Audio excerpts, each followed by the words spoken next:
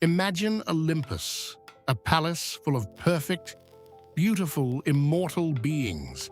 Zeus, the thunderer, Athena in her armor, Apollo, a handsome man with a lyre, and among them, him, the only one who works by the sweat of his brow, the only one who limps, the only one who is cheated on by the most beautiful woman.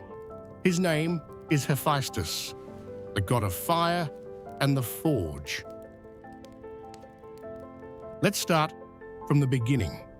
And here, as is common in Greek mythology, there are two versions, and neither is very cheerful.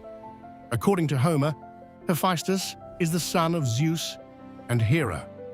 But Hesiod, in his Theogony, claims that Hera gave birth to him by herself, in retaliation against her husband for the birth of Athena from his head.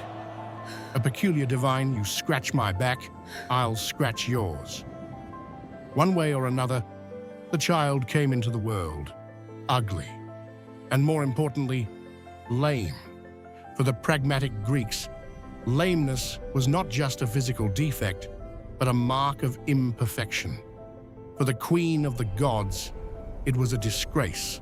But the resentment towards his mother never went away, and Hephaestus, being not only a craftsman, but also a trickster, devised a revenge worthy of a god.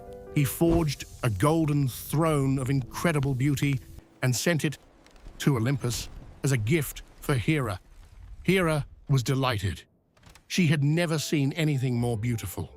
She solemnly sat down on the throne, and at that very moment, invisible golden shackles ensnared her, chaining her to the seat.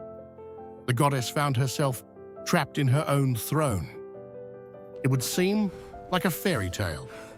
The ugliest god had won perfection itself as his wife, but the fairy tale turned sad.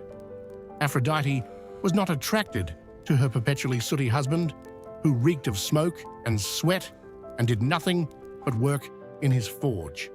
She wanted feasts, merriment, and passion, and she found it in the arms of Ares, the god of war. Hephaestus wouldn't have been a genius engineer if he hadn't noticed the betrayal, and once again, he used his weapon, his craftsmanship. He forged an incredibly fine, almost invisible net out of bronze and suspended it over the bed. When Ares and Aphrodite met again, the net fell and trapped the lovers tight. Hephaestus invited all the gods to come and witness the spectacle, but he miscalculated. The gods didn't condemn the lovers, they just laughed. Hermes, for instance, said he'd gladly switch places with Ares, even if it meant being trapped in 3 nets. It was a double blow.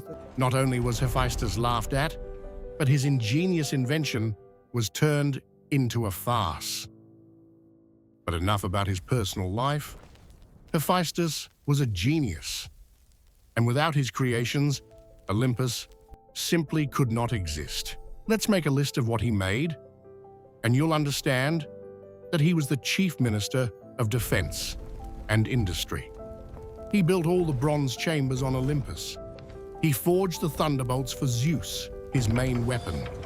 Zeus's scepter and aegis, shield, the armor of Achilles, the chariot of the sun god Helios, and the famous winged helmet and sandals of Hermes.